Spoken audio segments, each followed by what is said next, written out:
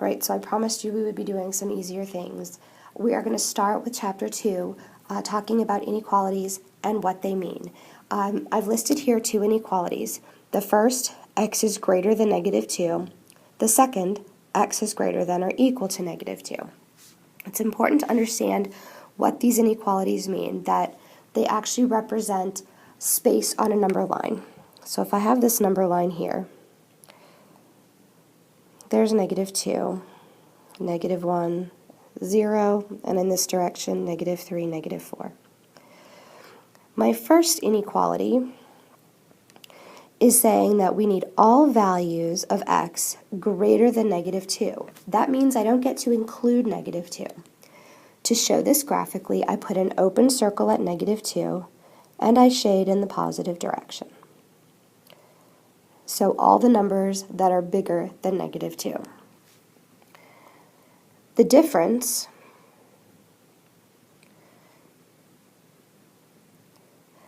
in these two is this greater than or equal to symbol.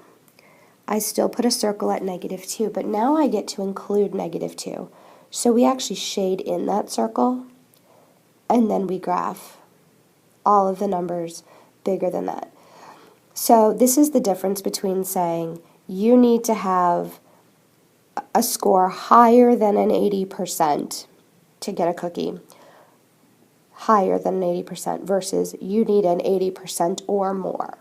Okay, that's the difference. This we don't get to include that value. This one we do get to include it. We approach solving inequalities in much the same way that we approach solving equations. We are undoing, with one very small exception. So I've listed 3 examples here. I'll start with the first one. 3x plus 16 is less than 7.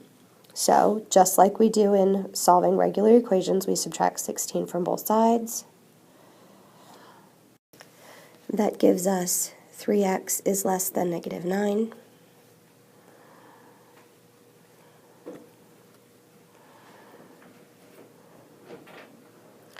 And then we divide by 3 on both sides.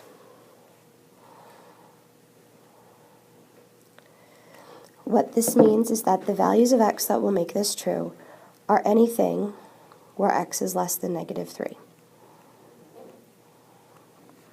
And we can demonstrate that graphically.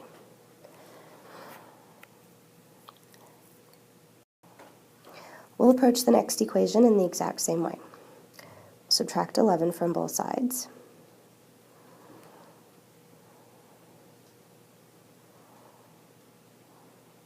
But this time when we divide by -3, we have to switch the inequality symbol. So now r is less than +5. We have to do this because when we multiply or divide by a negative number, it changes the sign of the other number. So that's why we have to always reverse the inequality if we multiply or divide by a negative number. There's +5, and we need all values of r that are less.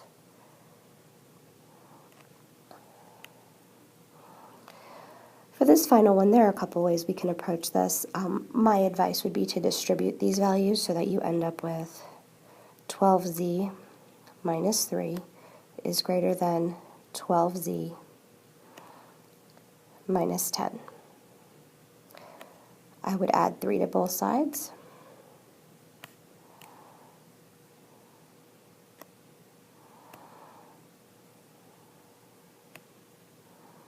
And then you would subtract 12z from both sides. And you get 0 is greater than -7. On something like this, you have to determine, is this statement true or false? Is 0 bigger than -7? In this case, it is. So our answer is all real numbers.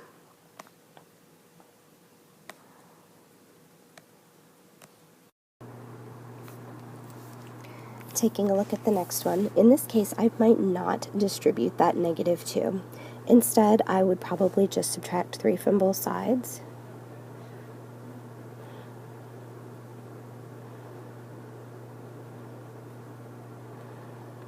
And I would divide by -2.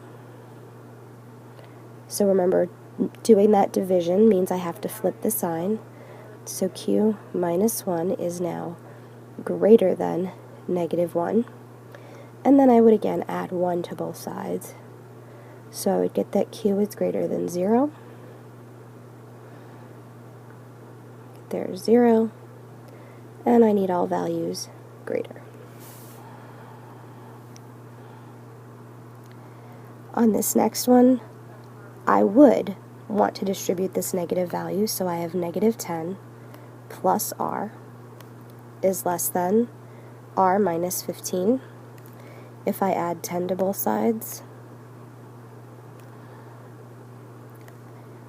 and then I subtract r from both sides, I get 0 is less than negative 5.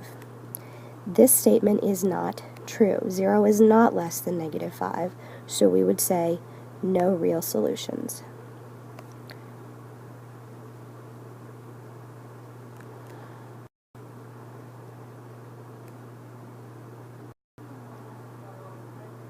For this next section, we're going to be solving compound inequalities, so we need to understand the difference between conjunctions and disjunctions.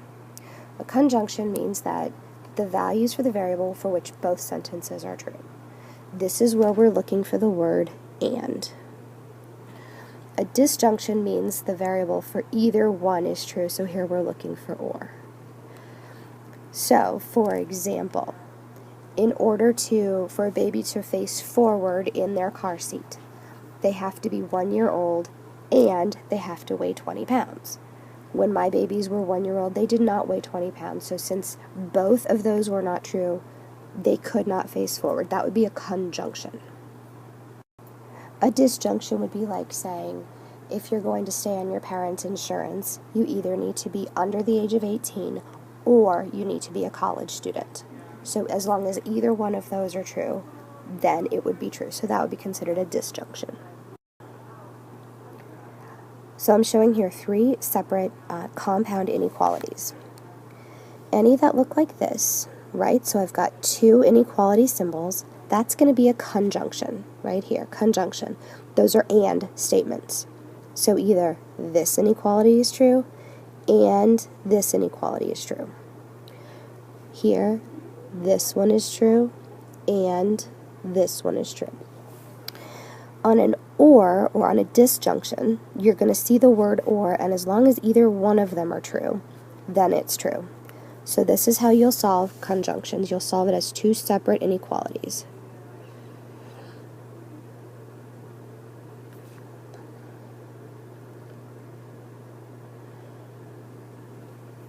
So when I solve the first one, I subtract 3 from both sides.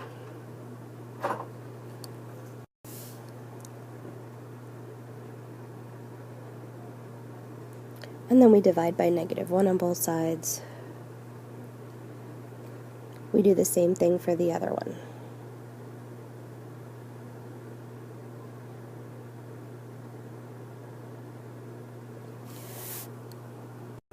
When I graph this, here's negative 1, there's 5. I need a value of x that's less than or equal to 5, and a value that's greater than negative 1. So these are the values that make this true. Take a look at the next one, same process.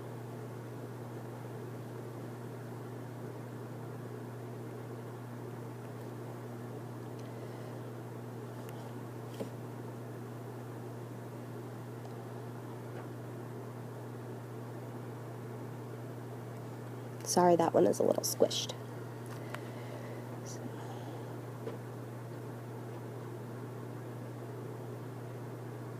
Here I'll multiply by 4/3 on both sides.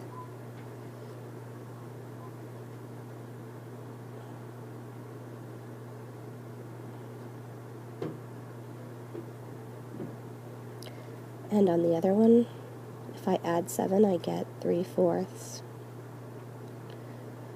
M is greater than 0.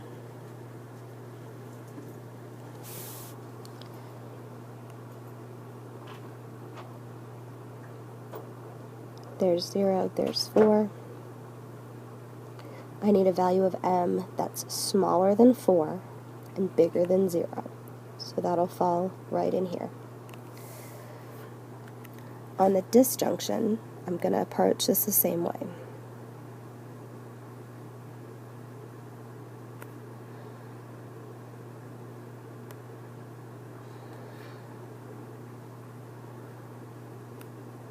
I've subtracted 7 from both sides.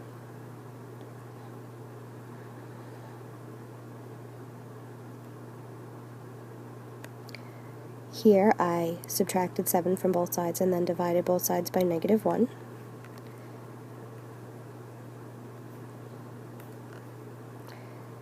There's -3. There's 6. Now this is an OR statement, so I need a value of c that's either less than -3 or that's greater than 6.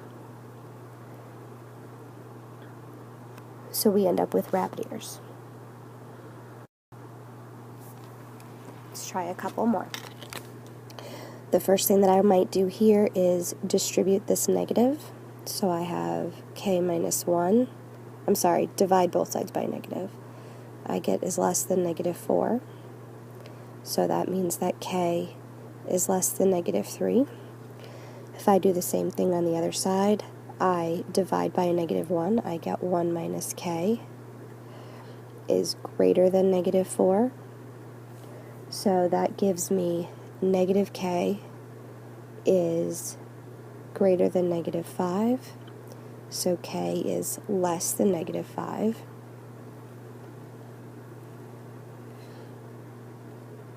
So there's -5, and there's -3. And I need k to be less than -5. That's an open circle, by the way. And I need k to be less than -3. So this is your solution. On the next problem, 2f plus 1 is less than -9, or all of this with the decimals. I'll get 2f is less than -10. So f is less than -5. On this next one, well, I guess you can leave it as a decimal. Also, you might want to think about multiplying through by 10, but actually that's probably not a good idea. So we'll just keep it as decimals. 0.1f is less than -0.5. And I suppose it would have been fine because when you divide by 0.1, you end up with -5. When we graph it, we have -5. Now I need f to be greater than -5 or less than -5. But it can't be equal to -5. Oh, looks like it can because that's less than or equal to. So here we would have all real numbers.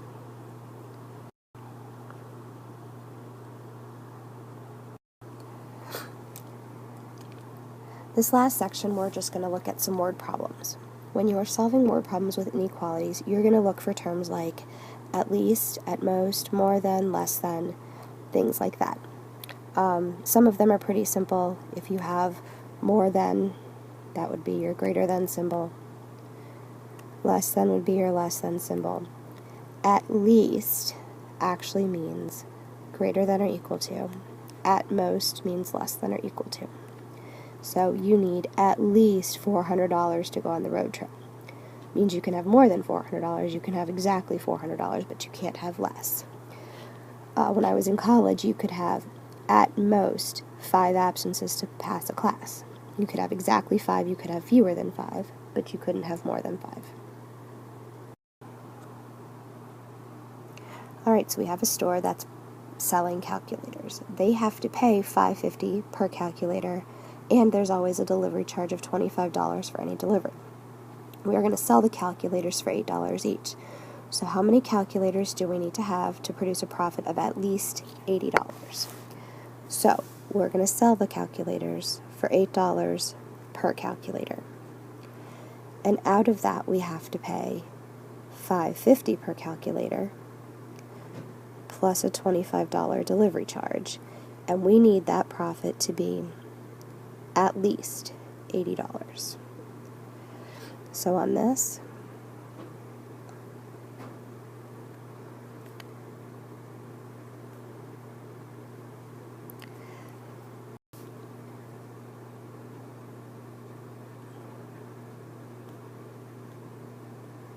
if I add 25 to both sides,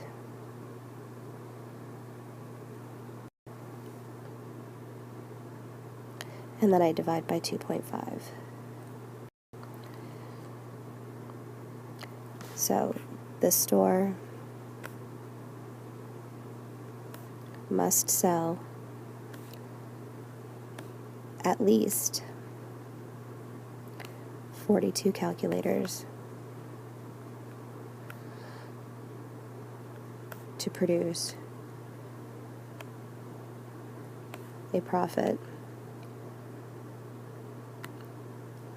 of at least $80.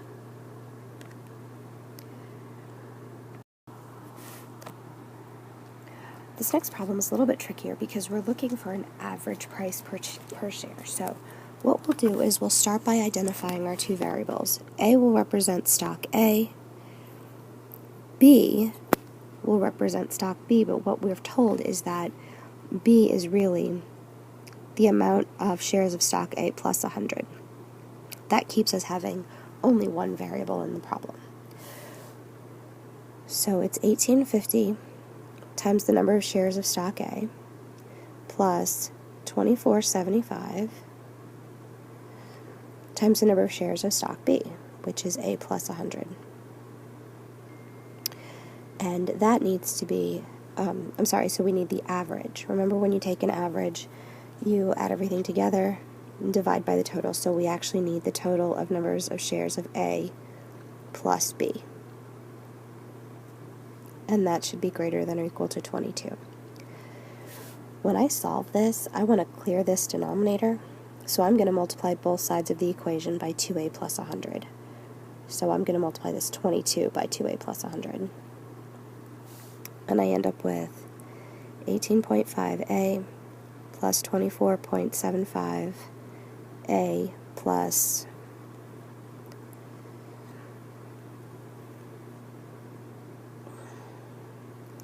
2,475.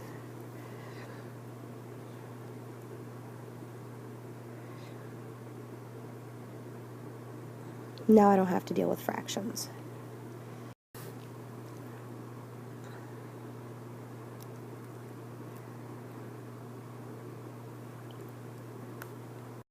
Oh, that's 43.25.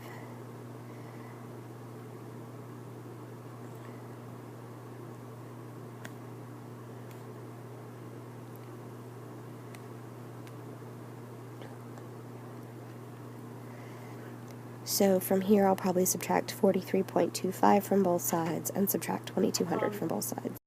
So that gives me 275 here is greater than or equal to 0.75a. And when I divide by 0.75 on both sides, I get 366. I'll erase that.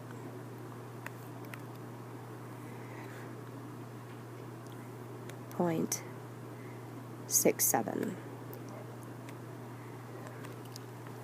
So what I'm going to do is I'm going to actually round that down to 366 because A has to be less than this number, so I can't round it up.